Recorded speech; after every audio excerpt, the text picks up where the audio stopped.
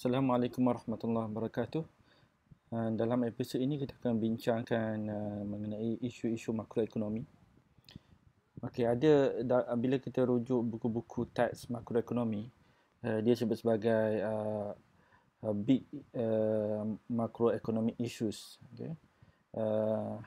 Isu-isu makroekonomi yang utama yang selalu dibincangkan di bawah tajuk inflasi, pengangguran, pertumbuhan ekonomi dan imbangan pembayaran. Okey, keempat-empat ini merujuk kepada sebenarnya merujuk kepada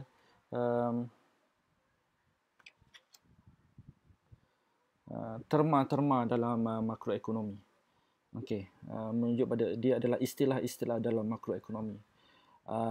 Apa yang saya selalu bincangkan bersama pelajar-pelajar saya adalah bila kita sebut isu, maka dia berkait rapat dengan fenomena yang bersabit dalam yang bersabit dengan empat istilah ini. Okay? Kalau sebut isu, maka kita akan bincang tentang berlaku peningkatan kadar inflasi, berlaku pengurangan dalam kadar inflasi. Kadar inflasi adalah kekal. Perkara itu disebut sebagai isu. Okay? Perkara yang saya sebutkan tadi adalah isu. Misalnya pengangguran di Malaysia didapati meningkat semenjak pelaksanaan PKP. Itu adalah isu. Okay? Ataupun PKP telah menyebabkan berlaku pembuangan pekerja. Itu adalah dan kesannya berlaku peningkatan dalam pengangguran. Itu adalah apa yang dinamakan sebagai isu. Okey. Pertumbuhan ekonomi, misalnya pertumbuhan ekonomi makin meningkat, pertumbuhan ekonomi semakin menurun, berlaku kemelesatan ekonomi. Itu adalah isu. Okey. Imbangan pembayaran lebihan, imbangan pembayaran kurangan, itu merujuk pada isu. Kalau kita lihat kepada inflasi, pengangguran, pertumbuhan ekonomi atau imbangan pembayaran, dia merujuk pada istilah-istilah terma-terma yang berlaku yang digunakan dalam makroekonomi. Sebab tu kita mendefinisikan inflasi merujuk kepada situasi kenaikan tingkat harga umum secara berterusan, ataupun situasi peningkatan indeks harga ataupun tingkat harga umum yang berlaku secara berterusan. Itu inflasi, itu definisi inflasi. Okay? Dan pengangguran pula adalah situasi buruh tidak memperoleh pekerjaan. Itu adalah itu menunjuk pada pengangguran. Pertumbuhan ekonomi adalah peningkatan dalam perubahan, maksud saya perubahan dalam kegiatan ekonomi. Okay? Itu adalah pertumbuhan ekonomi. Imbangan pembayaran pula merujuk kepada penyata keuangan sebuah negara yang mencatat aliran masuk dan keluar wang ke ataupun dari sebuah negara. Itu merujuk pada definisi kepada imbangan pembayaran, pertumbuhan ekonomi, pengangguran ataupun inflasi. Okey, kita kena faham apa yang dikatakan sebagai istilah, apa yang disebut sebagai isu. Okey. Dan setelah kita memahami definisi, setelah kita memahami apa yang dikatakan sebagai isu makroekonomi, dan kita kena faham bahawa isu ini tidak semestinya dikatakan sebagai isu yang bermasalah. Tidak semua isu makroekonomi merupakan satu masalah yang perlu ditangani. Kita kena faham bahawa isu makroekonomi dilihat sebagai fenomena yang berlaku. Okay? Fenomena yang berlaku, inflasi meningkat, inflasi berkurang, itu satu fenomena. Itu isu. Dan isu yang perlu ditangani adalah isu yang memberi masalah kepada ekonomi. Itu isu yang perlu ditangani. Okay? Apa yang disebut sebagai isu yang perlu ditangani. Okey. Jadi kita bila disebut sebagai peningkatan, peningkatan dalam pengangguran, jadi kedua-dua penurunan dan peningkatan itu disebut sebagai isu. Okey. Dan kita kena faham apa pula isu yang perlu ditangani. Isu yang perlu ditangani. Isu yang dia perlu ditangani dalam kes ini adalah inflasi. Saya guna warna lain, pen warna lain adalah warna hijau misalnya. Ini adalah inflasi yang sangat tinggi, okay?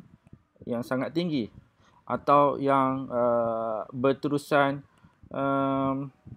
meningkat, okay? Itu yang sebagai satu isu makroekonomi yang mesti kita tangani, mesti kerajaan tangani. Maksudnya merujuk pada sini adalah policy maker lah, kerajaan yang perlu tangani.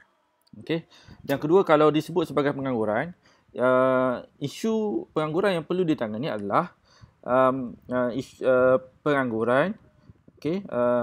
Pengangguran, situasi pengangguran, ada salah saja tu. Okay. Pengangguran yang melebihi 4%, kan?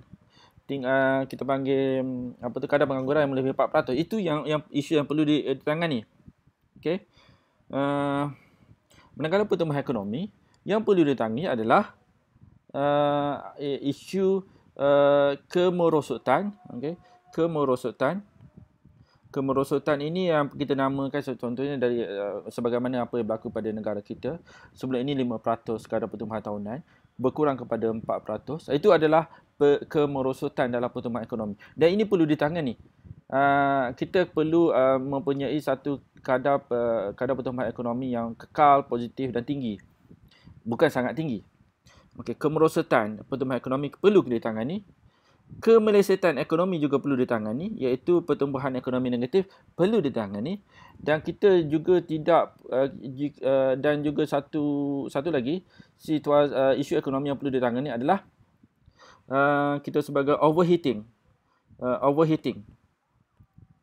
Ekonomi yang overheating, iaitu pertumbuhan ekonomi yang terlalu pantas, melebihi daripada kemampuan ekonomi, iaitu pertumbuhan yang kita sebagai potential economic growth ataupun potensi, kadar pertumbuhan potensi jauh melebihi kadar pertumbuhan potensi. Ini menyebabkan ekonomi disebut sebagai menghadapi overheating. Terjemah bahasa Melayu saya tak sure lah, kalau kena saya mark kamu, saya overheating. Jadi ini disebut sebagai isu-isu yang perlu ditangani. Manakala imbangan pembayaran pula, imbangan pembayaran yang seimbang, yang itu yang kita hendaki. Imbangan pembayaran yang lebihan, satu isu yang ditangani dalam situasi tertentu. Dalam situasi tertentu kita perlu tangani isu imbangan pembayaran yang lebihan, sebab dia memberi kesan negatif kepada kadar pertukaran kita, iaitu menyebabkan nilai mata wang kita menjadi lebih mahal dan seterusnya memberi kesan kepada harga barang dan perkhidmatan yang kita ekspor ke luar negara. Okey, jadi ini dalam situasi tertentu kita perlu tangani. Dan yang paling kita perlu tangani adalah iaitu imbangan pembayaran kurangan atau defisit. Ini adalah masalah yang besar bila kita berbincang tentang imbangan pembayaran. Iaitu berwujud imbangan pembayaran kurangan. Yang ini perlu ditangani. Okey. Sekarang kita dah faham apa yang dikatakan isu makroekonomi dan apa pula isu makroekonomi yang bermasalah yang perlu ditangani oleh kerajaan. Sekarang kita kena faham kenapa kita perlu tangani isu-isu makroekonomi tersebut. Okey. Bila kita bercakap tentang kenapa kita nak tangani, kita kena faham daripada perspektif negatif isu tersebut. Bukannya bercakap kenapa kita nak tangani pengangguran, sebab kita nak pertumbuhan ekonomi kita tinggi. Itu kita lihat daripada perspektif terbalik, kan.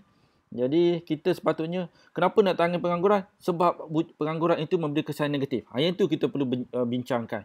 Bukannya kita nak tangani pengangguran sebab kita nak pertumbuhan ekonomi yang tinggi. Kita nak tangani inflasi sebab kita nak meningkatkan purchasing power, kuasa beli penduduk. Itu nampak dari segi penerangan itu betul, tapi perbincangan yang lebih tepat adalah kenapa kita nak tangani suatu isu makroekonomi yang bermasalah ini, sebab kesan negatif daripada isu ekonomi tersebut. Okey. Jika tidak ada kesan negatif, mestinya kadar inflasi kita meningkat, tetapi tidak menjejaskan kepada kos sara hidup misalnya. Kenapa tidak menjejaskan? Sebab pertumbuhan ekonomi juga tinggi. Maka kita tak perlu atasi tentang masalah inflasi tersebut. Jadi untuk membincangkan mengapa kita perlu tangani, apakah alasannya, maka ia perlu dilihat dari segi kesan negatif isu makroekonomi tersebut. Kalau kita lihat kesan isu misalnya isu inflasi yang sangat tinggi, maka kita tangani sebab apa inflasi yang sangat tinggi ini memberi kesan kepada contohnya kos sara hidup. Okey, negatifnya kita lihat negatif. Kos sara hidup, kuasa beli, kuasa beli akan terjejas. Lagi kita boleh contohnya kos pelaburan akan meningkat. Itu tabungan akan berkurangan. Itu antaranya kesan negatif daripada inflasi kan. Ekspor kita permintaan kata ekspor akan merosot sebab apa? Daya saing ekspor akan berkurangan. Itu negatif. Jadi kita bincang kenapa kita kita perlu lihat perspektif negatif.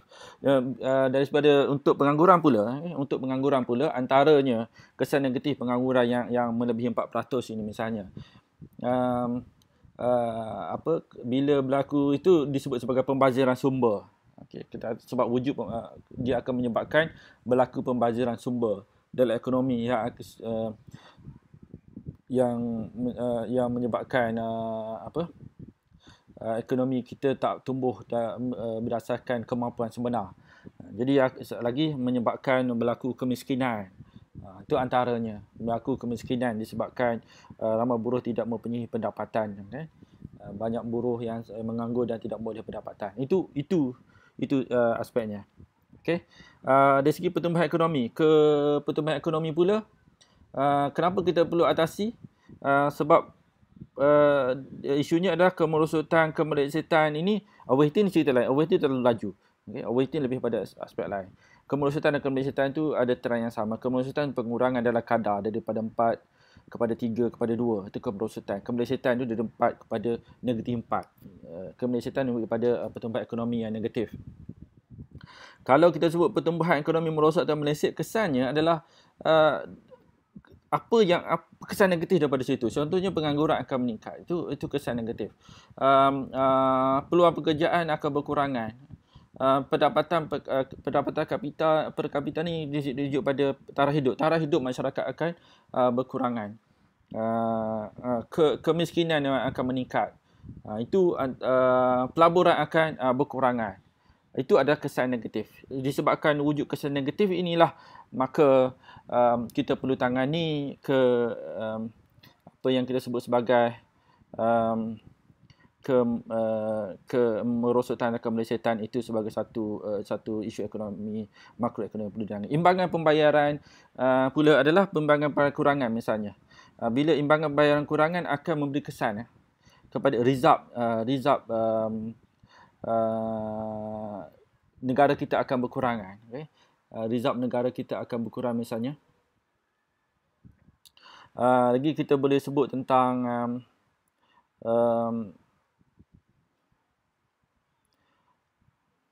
nilai mata wang kita akan menjadi lemah misalnya, rendah. Kekayaan negara kita sebab imbangan pembayaran buku net worth sebuah negara, maka kekayaan negara kita akan berkurangan. Itu antara sebab kenapa kita perlu tangani, kan? Disebabkan tangani isu makroekonomi iaitu imbangan pembayaran kurangan. Okey. Untuk kes lebihan biasanya sebab imbangan pembayaran lebihan memberi kesan kepada nilai mata wang meningkat. Dia lebih pada aspek daya saing barang kita di luar negara. Jadi kita bila berlaku peningkatan dalam nilai mata wang kita, menyebabkan harga barang kita di luar negara menjadi lebih mahal, iaitu daya saing barang kita akan jatuh. Maka perspektif itulah tetapi imbalan pembayaran lebihan ni bukanlah satu isu yang sangat besar, tapi ia masih satu isu perlu ditangani, tapi tidak sangat besar berbanding imbalan pembayaran kurangan yang mesti kita atasi. Okey, apakah langkah-langkah yang boleh kita boleh gunakan untuk tangani ini? Okey, untuk kita faham tentang itu, kita kena faham bahawa kita mempunyai dasar apa yang disebut sebagai dasar sebelah permintaan, dan kita ada disebutkan sebagai dasar sebelah penawaran. Dasar sebelah penawaran ni kesannya akan mempengaruhi AS, sama ada AS meningkat atau berkurangan. Okey, dasar sebelah permintaan ni akan mempengaruhi AD. AD iaitu aggregate demand, AS aggregate supply. Permintaan AD permintaan aggregate, AS permintaan AS adalah penawaran agregat. Okey. Okey, kalau dasar sebelah permintaan yang mempengaruhi AD ni ada dua.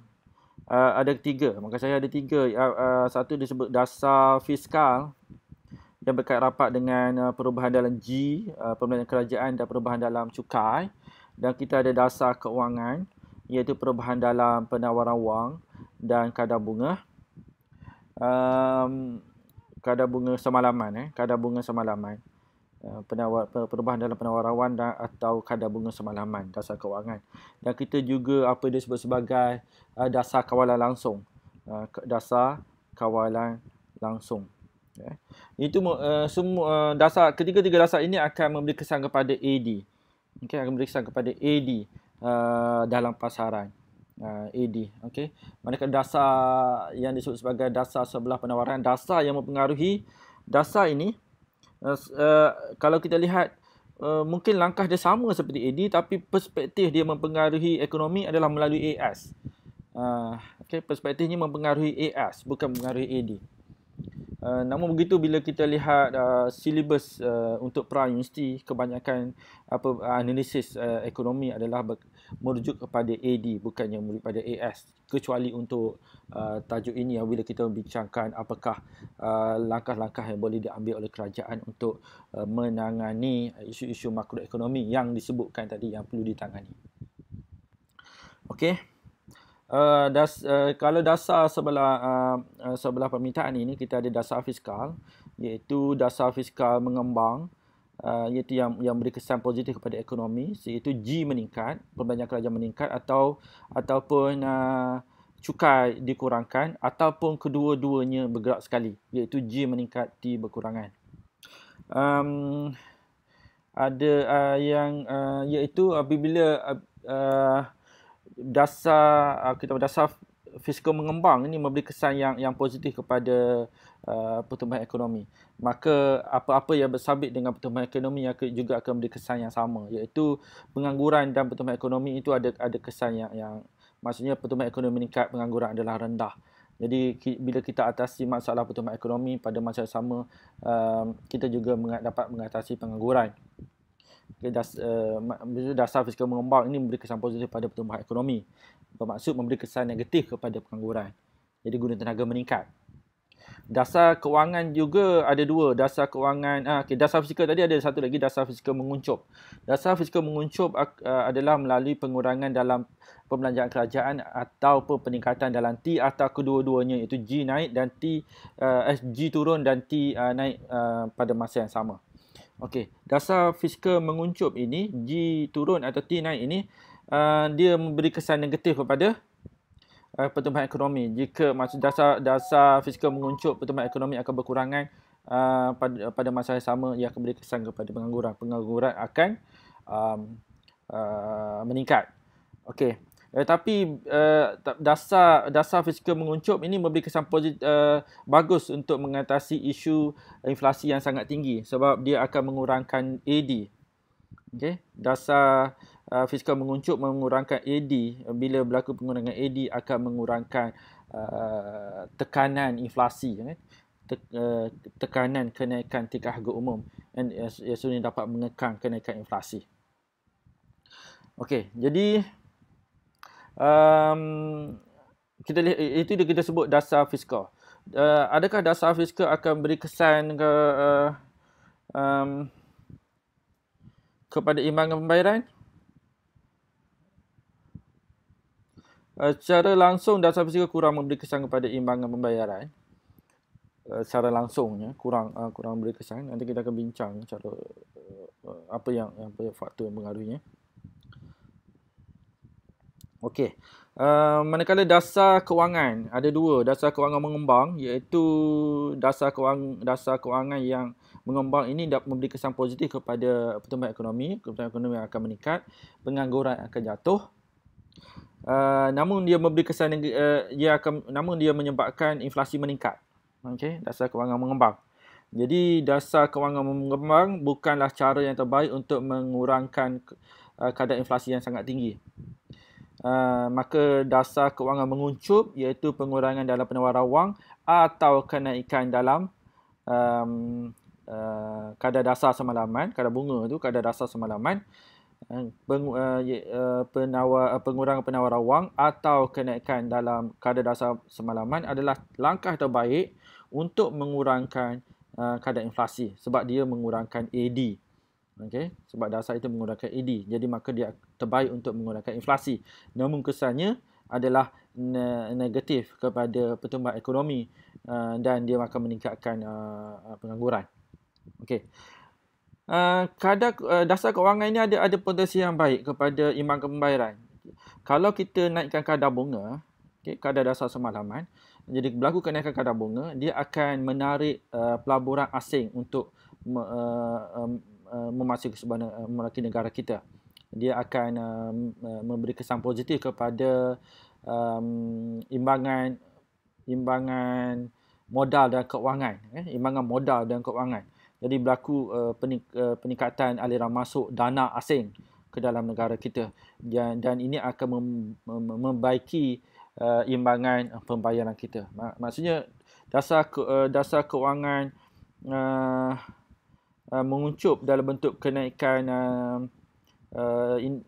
kadar dasar semalaman, itu kadar bunga itu adalah bagus untuk menghadapi masalah imbangan pembayaran yang defisit.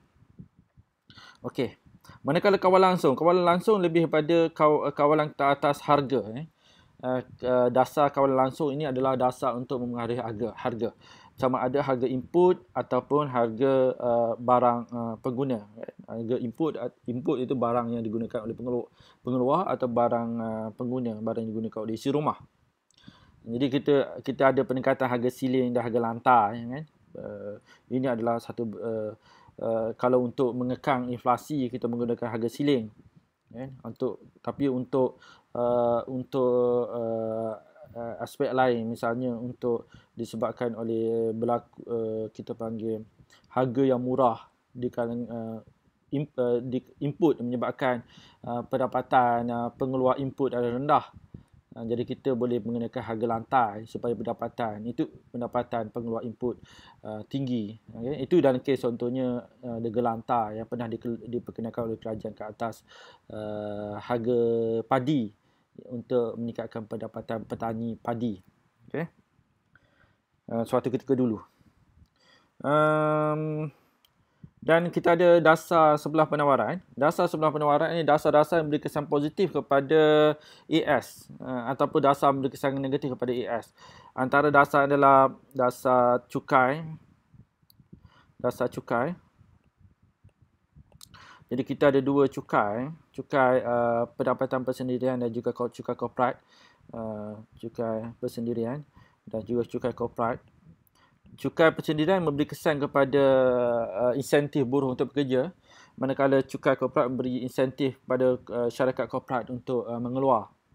Jadi dari segi ini insentif, bila kita sebut insentif, bagaimana insentif untuk menggerakkan mereka bekerja, menggerakkan firma mengeluar, maka cukai korporat dikurangkan untuk menggerakkan memberi insentif kepada syarikat-syarikat untuk menambah pengeluaran. Bagaimana? So, bila kita kurangkan cukai, maka pendapatan korporat itu apa kita panggil cukai bersih selepas cukai yang diterima oleh syarikat korporat akan menjadi lebih tinggi, maka memberi insentif kepada mereka untuk melaburkan semula sebahagian pendapatan bersih yang diterima untuk mengeluar untuk sebagai reinvestment. Jadi bila reinvestment kesan kepada pengeluaran meningkat dan sunyi memberi kesan kepada AS akan beralih ke sebelah kanan. Manakala pendapatan persendirian ni, cukai persendirian ni buruh, maksud pengurangan dalam cukai pendapatan persendirian akan beri kesan kepada buruh untuk meningkatkan kita panggil daya usaha mereka bekerja. Sebab apa? Disposable income mereka meningkat, maka take home pay mereka jauh lebih tinggi berbanding sebelumnya. Beri insentif untuk mereka untuk bekerja, dan ini akan meningkatkan produktiviti buruh dan seluruhnya, beri kesan kepada AS. Dia agak menarik, walaupun nama ada cukai, dia agak menarik sebab alat yang sama tetapi memberi kesan yang impak yang daripada perspektif yang berbeza, kan? Daripada perspektif yang berbeza. Itu antaranya, dan juga insentif lain seperti insentif untuk R&D, potongan cukai 2 kali misalnya untuk syarikat yang melakukan R&D, antara insentif yang memberi kesan kepada penemuan-penemuan baru, seluruhnya sama ada produk baru, cara kerja baru dan sebagainya yang beri kesan kepada produktiviti firma dan meningkatkan AS. Okey, itu dasar-dasar yang langkah-langkah yang boleh kita gunakan untuk mengatasi masalah ini, masalah isu makroekonomi. Tetapi keseluruhan bila saya tengok silibus peringkat pra-universiti, kebanyakan membincangkan adalah daripada perspektif dasar sebelah permintaan. Jadi kita kena fahami dari secara keseluruhan dasar sebelah permintaan. Okey, itu saja untuk episod ini. Kita berjumpa lagi.